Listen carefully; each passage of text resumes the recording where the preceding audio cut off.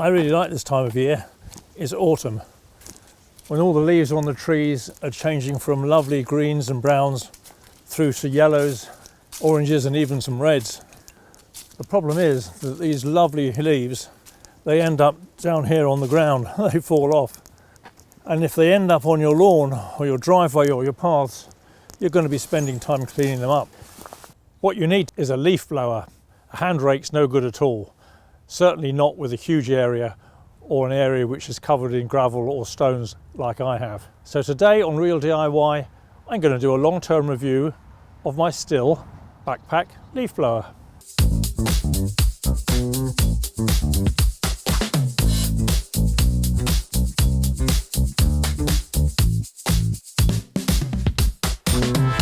So this is my very own petrol leaf blower. It's the STIHL BR600. Now this particular machine is probably about 8 to 10 years old, I would guess. I've had it about 6 to 7 years and I bought it second hand off a gardener who was retiring. I have to say it's been superb. The Model 600 is in fact still available, and you can get a smaller machine, the 430, and a larger one, the 800. You wear it on your back just like a backpack, like a rucksack, and it has on this side of it some quite decent padding. This is quite thick. I mean, considering how old this machine is, it's showing no signs of wear and it still feels as though it's got a decent amount of support. Then the straps that go over your shoulder, and then there's a strap that goes around your waist as well, so that keeps it nice and secure on you. It's also sprung. I don't know whether you can see this. There are big springs inside here, and you can just see me probably wobbling this. They're kind of anti-vibration mounts, and they work really well. The fuel tank for this is on the bottom of the machine. One of the things I like about this is this cap. It's attached to the inside of the machine, inside of the tank, with a little piece of cord. And it's long enough to hang below the level of this lip. I have seen other machines like this, where this piece of string has been replaced by a rather hard piece of plastic, and the top of it won't drop much further than this. It actually gets in the way of the pipe when you're filling it. So this is very helpful. It just hangs well out of the way and you can tip your petrol in there very easily. When you come to start the machine, you have to press this little rubber button, and what it does is it primes the carburettor in here. Each time you press it, it's pumping a little bit of fuel up, and you can actually see the fuel inside it. This is a choke control. That's the position it would normally be in when it's running, which is horizontal. If you turn it 2 clicks clockwise up there, that's the position it will be in when you start it, so that's your choke. The blower pipe on here, the pipe that the air actually flows out from, is adjustable in length. It's got 3 different stops in here, and you can rotate the end just a little bit, but of course you can rotate it just by doing this, so you can direct the airflow where you want it to be. Now I did see a reviewer on YouTube actually. He was reviewing a different manufacturer, and the pipe on his was much longer than this, probably about a foot longer, and he was really struggling. You'll notice that when I'm using this, my arm is in this position, which is kind of the normal position you'd want to be in, but because his pipe here was so much longer, his arm was right up here. It looked so uncomfortable. That's something to look out for if you're going to buy a machine like this.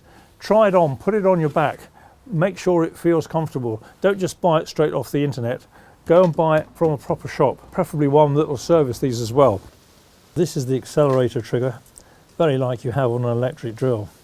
And this switch here has got 3 positions. In the center position where the eye is, that's where you will normally have it to start the machine and when it's running. When you want to stop the machine, you just push it over to the 0 and it stops. And it's spring loaded and will spring back again, ready to start again. That's a click stop towards a sign showing a padlock. And once you've done that, when you pull the trigger, it will engage at various different places. I think there's about 4 click stops. That's the second one. And that will hold the motor at a particular speed. And that's really helpful if you've got a large area to do. You don't have to keep your finger on here the whole time, making sure the revs are as you want them to be. And just push that up to lock position and pull that in. One thing to remember is that these machines are really noisy. This will produce about 110 decibels, so you really must wear ear defenders. That's really important.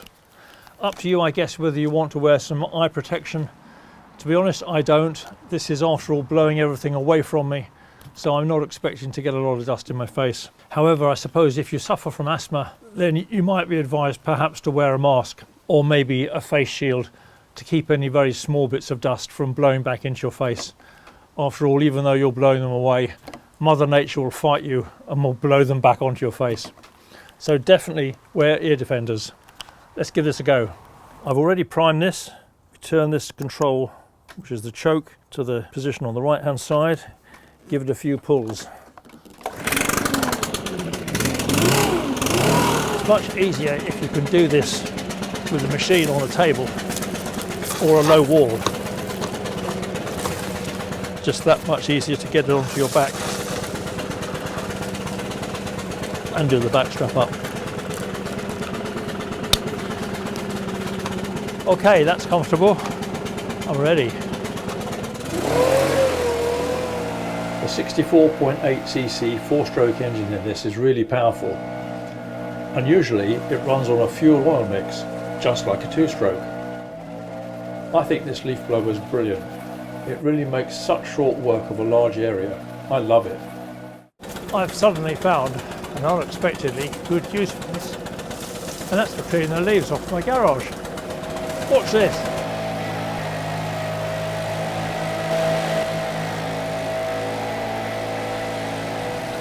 That will save me getting up there with the steps. So now I'm going to move up to this driveway. Now the thing with a gravel drive like this, of course, is that you can't actually rake it because of the stones. So blowing it is really the only thing to do. And I have got an awful lot here. While I'm sure you can see that this is pretty impressive, it's clearing these leaves. It's like a knife through butter, really, which is just as well, because the last thing I want to do is to be finding another way. Right, I have got to blow all this lot right down to the end of my field, where I shall gather them up into a big pile and let them all rot. So I've got to get on. Well, I'm sure you've seen enough to be able to see that this works incredibly well. With a large area and a huge quantity of leaves, this blower is just the business. Of course, on gravel like this, there's no way that you can use a rake, and really a petrol blower is the only way to go. And if you've got a large area, I would definitely recommend having a backpack version like this. I've no idea what it weighs, but you don't really notice it on your back. The only thing you do notice is the power that this can actually deliver. Sometimes you need to hold onto this tube with 2 hands, and that's why there's a strap around this, because this machine will blow at a maximum of 237 miles an hour. So it's mighty powerful, and it'll certainly keep blowing these leaves all day long. So there we are, that's my review, my long-term review of this STIHL leaf blower. I hope you've enjoyed it. If you have, please give it a thumbs up and consider subscribing to the channel if you haven't already. So thank you very much for watching. I don't normally do reviews, certainly not long-term reviews, but I think a long-term review is much better than just unboxing something that's fresh from the shop, because that way you don't really know quite how it's going to work. You don't know the good points and the bad points. So, as I say, thanks very much for watching. I'll see you again next time. Bye from John the Handyman and Real DIY.